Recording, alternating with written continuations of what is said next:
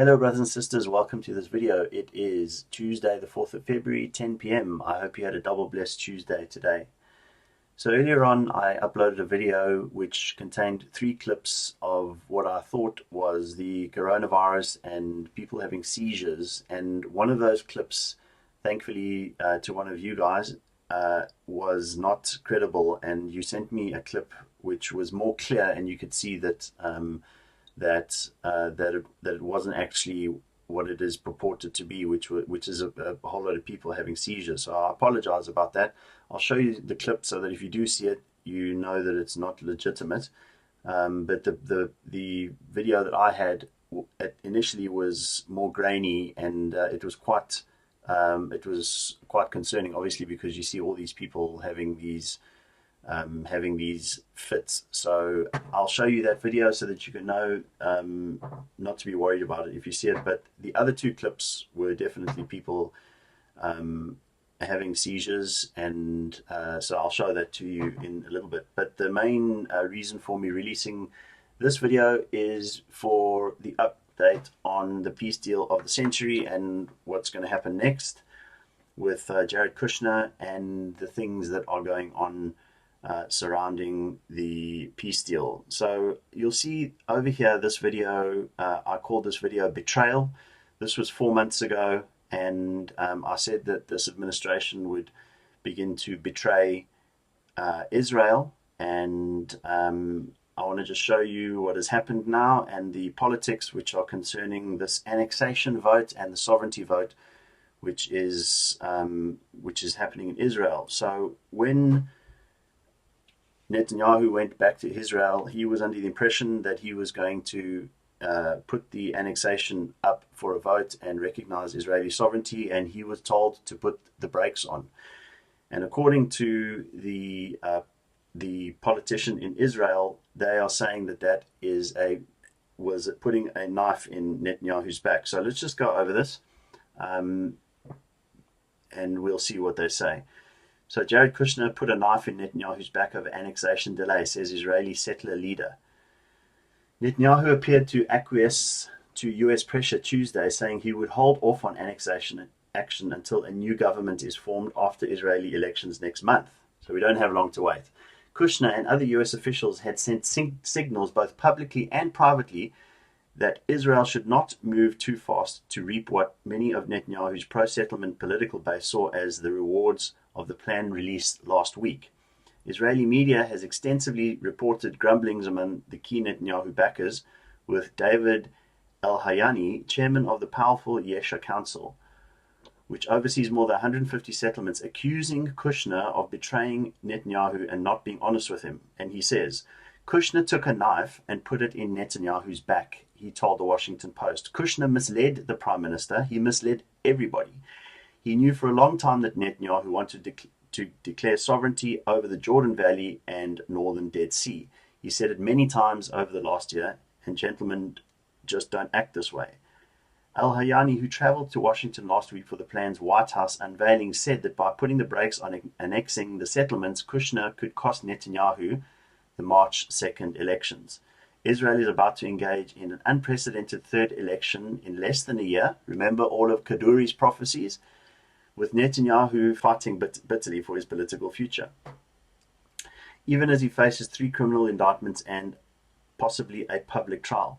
Hours after standing shoulder to shoulder with Trump at the White House, as we saw Netanyahu, on January 28th, as the plan was formally released, Netanyahu told reporters that he planned to bring a vote on annexation before his cabinet within days. At the same time, U.S. Ambassador Friedman told reporters that the day and timing was up to Israel. If Israelis apply Israeli law to the settlements and territory allocated to Israel under the plan, then we will recognize Israeli sovereignty, he said. That's what Friedman said. That is, we, as in the US, will recognize Israeli sovereignty. Al-Hayani said that when he met Netanyahu in Washington, the prime minister was very excited. He said it was a historic time. Al-Hayani and other settler leaders also met with a senior US official in Washington who told them that if the Palestinians did not accept the plan within 48 hours, Israel would be allowed to declare sovereignty over 30% of the West Bank. But something happened after that. They changed their minds. Kushner, in interviews and reportedly in conversations with Israeli officials put the brakes on, saying that the move should wait for a new government to be formed after next month's vote. And is that going to happen? I don't think so. They've had 2 elections already. Why do they expect that there's going to be a different outcome? Under the plan, as proposed, Israel is free to move forward with extending its sovereignty to areas that would be under its control. If the US proposed map were adopted, said John Lerner, a senior fellow at the Hudson Institute and a former Trump administration official. However, just because they are free to do so doesn't mean that they should do so or do so immediately, and I think that's where the tension is. Kushner wants to give some breathing room for Arab, European, and other governments to offer encouragement for negotiations under the plan.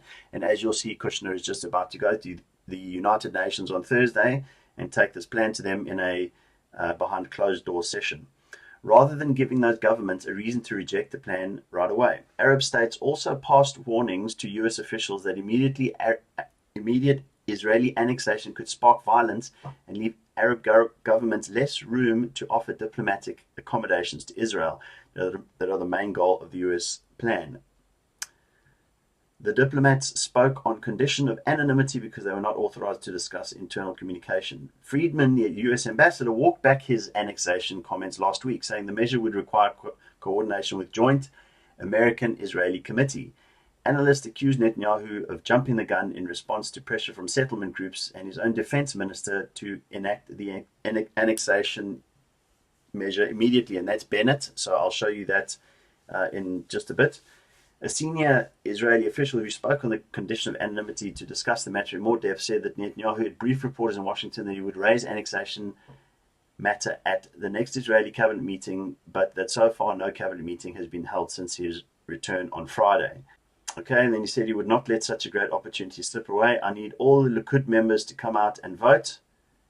And he goes on to say that Al-Hayani said it was important to move forward with this part of the plan before the elections because otherwise the process will be slowed down by an already dysfunctional political system or worse. If the results are not in Netanyahu's favor next month, the process would be managed by Netanyahu's political rival. And then he says, calling for sovereignty now, settlers leaders on Tuesday ramped up pressure on Netanyahu to move forward with annexing the Jordan Valley and the West Bank settlements, erecting several protest tents outside the Prime Minister's office, official residence in Jerusalem. So what's going on now are we going to see Israel annex those settlements before the March 2nd election and ignore what Jared Kushner and the US administration has said?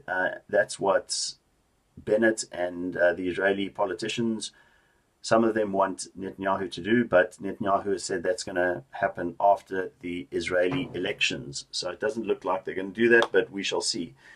But it's interesting that this was obviously not made clear to Netanyahu, and he was clearly led to think that it would be acceptable for him to go and put this annexation and the sovereignty vote to the Knesset and go ahead with what is accepted in the peace plan as it stands at the moment. And in the Jerusalem Post, it says, Bennett Defense Ministry preparing for sovereignty. Settler leaders are pushing Prime Minister Benjamin Netanyahu to ignore a White House directive not to apply Israeli sovereignty to West Bank settlements until after the March 2nd election. So this just goes on. This is from Bennett's perspective, who's the defense minister now. The defense ministry is preparing for the application of sovereignty, Defense Minister Naftali Bennett told settler leaders at a meeting on Monday prior to his departure. Settler leaders are pushing Prime Minister Benjamin Netanyahu to ignore the White House directives not to apply Israeli sovereignty to West Bank settlements until after March 2nd election. Netanyahu had initially said he would bring it to a cabinet to vote, but has since held off. Bennett met with settler leaders Monday and told him that he supported the application of sovereignty now, irrespective of the US position, and that he would personally discuss the matter with the Prime Minister upon his return from Washington. At present, Area C of the West Bank is under Israeli military and civilian control. And he says Israel as a sovereign nation must make the decision to apply sovereignty, even if it means going against the US position. So we see a disagreement here, and we shall see if they decide to listen to the US administration. or if they decide to go ahead. And this, of course, could potentially bring huge conflict if they decide to do it, and that remains to be seen. And we will obviously see over the next couple of weeks if that's what they do. And then Jared Kushner is on the way to the United Nations Security Council. UN Security Council agrees to meet with Kushner on Middle East peace plan. Washington requests closed-door session for Trump's special advisor to present details of administration's proposal before Palestinians submit draft resolution on matter to the UN. United Nations, the United States has requested a closed-door UN Security Council meeting Thursday for the US President Donald Trump's son-in-law, Jared Kushner, to present the administration's new Middle East peace plan, diplomatic sources told AFP Monday. Kushner intends to set forth the plan that Washington unveiled last week and to listen to the positions of the Council's other 14 members, the sources said. The meeting would take place a few days before the Palestinian President Mahmoud Abbas comes to the United Nations. He's expected February the 11th to express opposition to the plan and to demand adherence to international law. And of course, if Abbas brings that and they vote in favor of that, then the US veto will veto Abbas coming against the peace deal of the century. And then what they usually do is then they put it to the General Council, and then the General Council will vote in favor of the Palestinian position, because that is always what happens. So that they say that here in late 2017, a Palestinian implied resolution condemning Washington's unilateral recognition of Jerusalem and Israel capital received 14 votes in the Security Council, but the United States quashed it with its veto. A similar resolution proposed during the UN General Assembly. So when the US vetoes it in the Security Council, then they take it to the UN General Assembly, and then all the nations vote on it. And then, of course, there's the Palestinian the Palestinian cause is voted for, and they usually win because the world supports the Palestinian position. But that might be a little bit different now, because what the US is saying is that they're going to recognize a Palestinian state. So it remains to be seen exactly how how the dominoes are going to fall with this one. So it says when they brought that unilateral recognition of Jerusalem, a 193-member body in which no country has a veto was approved by a vote of 128 in favor, 9 against, and 35 abstentions. The remaining 21 countries chose not to be present for the vote, and that's how that went about the recognition of Jerusalem. So we'll see what happens with Kushner when he goes to the United Nations. So this is actually the Security Council. So see how some of the nations in the Security Council respond to this. Okay, then coronavirus. Hong Kong reports first coronavirus fatality as new cases spread across Southeast Asia. This virus is not stopping, and they cannot stop it as the scientific study, which I showed in a couple of videos, went on to show that despite the fact that they're trying to completely isolate and stop all travel, they cannot stop this virus. And that is exactly what has happened, and it continues to grow. It is now sitting, the official numbers, of course, which I don't think are high enough. Total confirmed is now 20,700. And you can see here that just on the January the 31st was 11,000, and now it is 4th of February and it's 20,000. So this is growing exponentially, guys, and I don't think it's going to stop. Okay, then this was the video which I showed you guys. This is from Hal Turner's radio show, The Horror of China's Bioweapon Virus Caught on Camera. This may be you within 14 days. So this is the guy that has this sudden seizure. He's fine. We can watch it. It's not very long.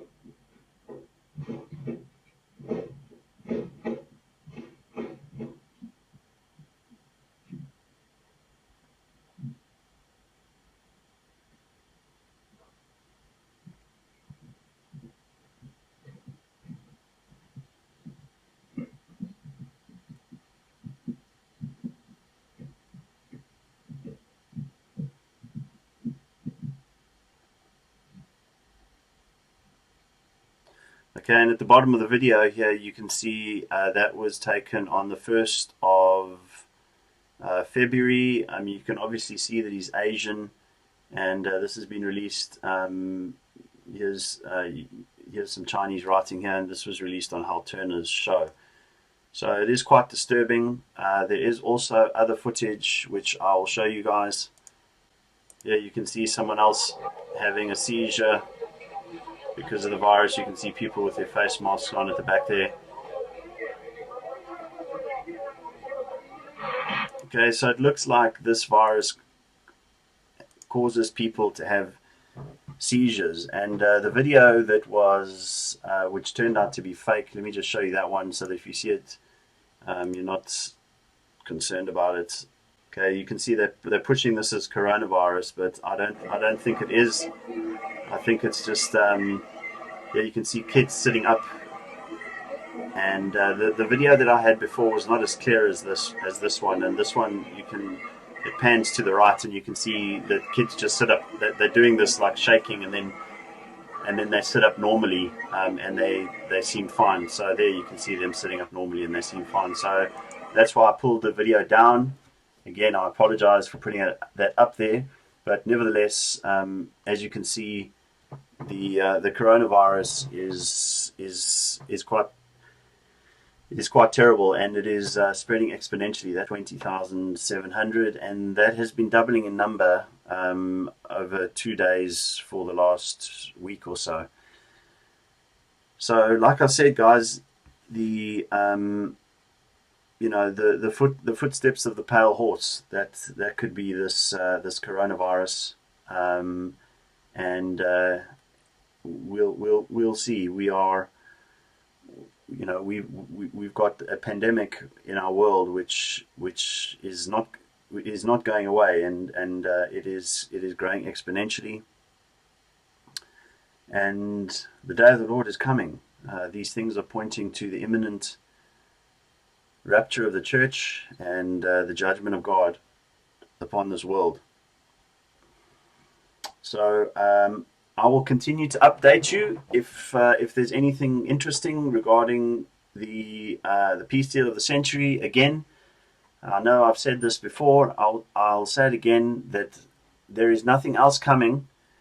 There is no other peace deal or covenant which is coming. That is conjecture, and it's looking for something that doesn't exist in our world. It's imagination.